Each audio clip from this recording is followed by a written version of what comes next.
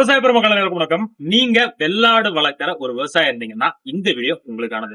வெள்ளாட்டுல என்னென்ன நோயெல்லாம் வருது, அந்த நோயை எதிர்க்க இல்ல அந்த நோயை குறைக்க தடுக்க நம்ம என்னென்ன தடுப்பூசி எல்லாம் பயன்படுத்தணும் அப்படிங்கிறத தான் இந்த வீடியோ உங்களுக்கு நான் சொல்ல வந்திருக்கேன்.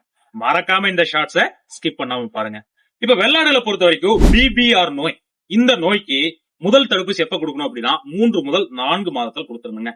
தொடர் தடுப்பூசிகளை பொறுத்த வரைக்கும் ஆண்டுக்கு ஒரு முறை தகுந்த நோய் பாதுகாப்பு முறைகளை கையாள வேண்டும். அப்படி கையாண்டீங்க அப்படின்னா இந்த பிபிஆர் நோயை நம்ம கட்டிப்படுத்திடலாங்க. அதுக்கு அடுத்து கோமாரி நோய் தடுப்பூசி. இந்த நோய் பிரிவலண்டா நம்மளோட கேட்டில்ஸ், நம்மளுடைய ஆடுகள் ஆகட்டும் மாடுகள் ஆகட்டும் எல்லாத்தையும் பாதிக்கக்கூடியதா இருக்கும்.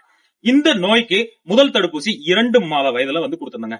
ஆண்டுக்கு ஒரு முறை பயன்படுத்தணும். பாதிக்கப்படாத ஆடுகளுக்கு நீங்க கண்டிப்பா கொடுக்கணுங்க. சோ 2 மாத வயதிலேயே இந்த கோமாரி நோய்க்கான தடுப்பூசியை கொடுத்துருங்க. அடுத்து துள்ளுமாறி நோய் தடுப்பூசி. இதுக்கு 6 வார வயதுல நம்மளோட முதல் தடுப்பூசி கொடுத்துருங்க. ஆண்டுக்கு ஒரு முறை பயன்படுத்தணும்.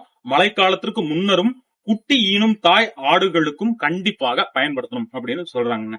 அடுத்து ஆட்டம்மை தடுப்பூசிங்க. வீரியம் குறைக்கப்பட்ட ஆட்டம்மை உயிர் தடுப்பூசிங்க. இதை நம்ம பயன்படுத்தும் போது இதை நம்ம எப்ப பயன்படுத்தணும் அப்படின்னு பாத்தீங்க அப்படின்னா 3 முதல் 6 மாத வயசுல பயன்படுத்துவீங்க. ஆண்டுக்கு ஒரு முறை நீங்க இந்த தடுப்பூசியை கொடுக்கணுங்க. அடுத்து பாத்தீங்க அப்படின்னா அடைப்பான் நோய். இந்த அடைப்பான் நோய்க்கு 6 மாத வயசுல முதல் தடுப்பூசியை நம்ம கொடுத்துருங்க.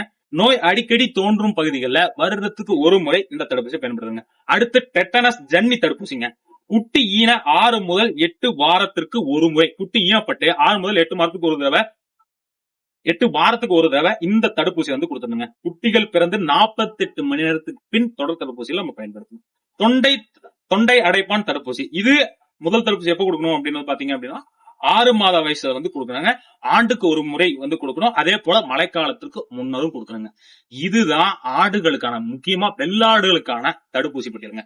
விவசாயிகள் மற்றும் ஆடு வளர்ப்போர் யாரா இருந்தாலும் சரி இந்த தடுப்பூசி அட்டவணையை ஃபாலோ பண்ணி நீங்க நல்ல குட்டிகளை வளர்த்திடுங்க.